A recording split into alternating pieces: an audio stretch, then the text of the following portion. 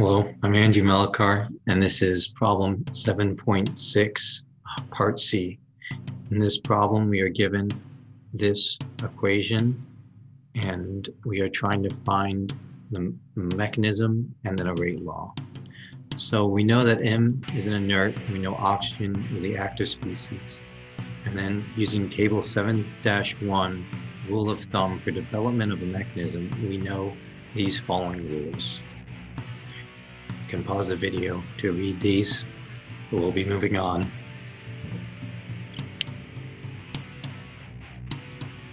Using these guides, we can split up the given rate law into the numerator, K,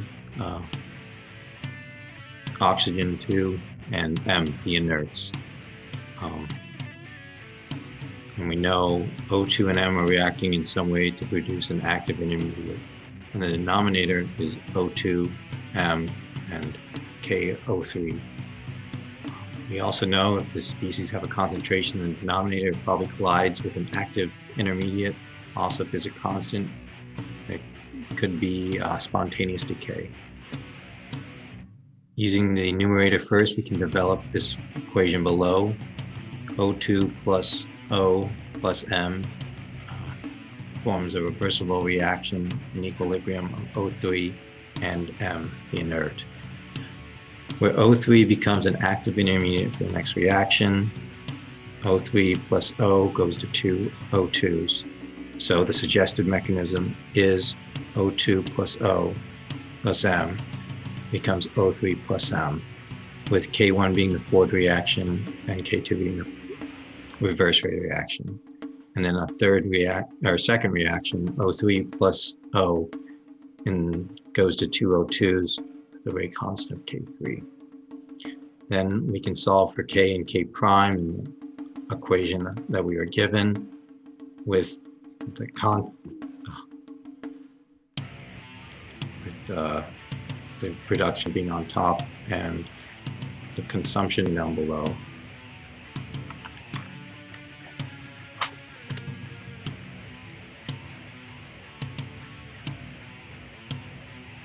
Solving in these equations.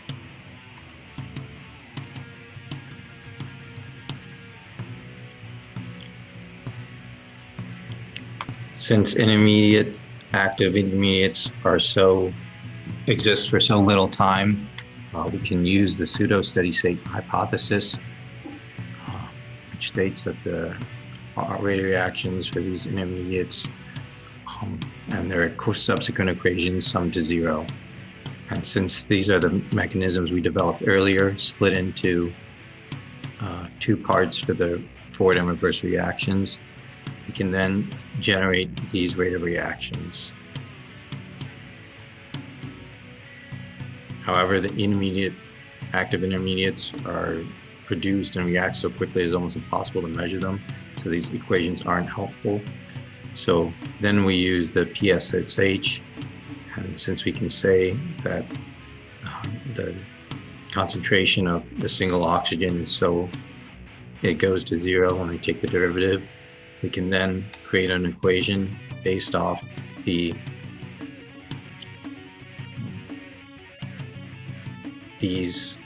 rate of reactions up here and set these equal to zero. And then by doing basic algebra, we can get the active intermediate on one side and the rest of this on the other side.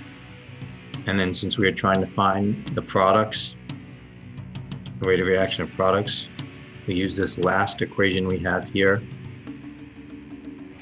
substitute in the O, and we can find the rate of reaction for RO2 to be this.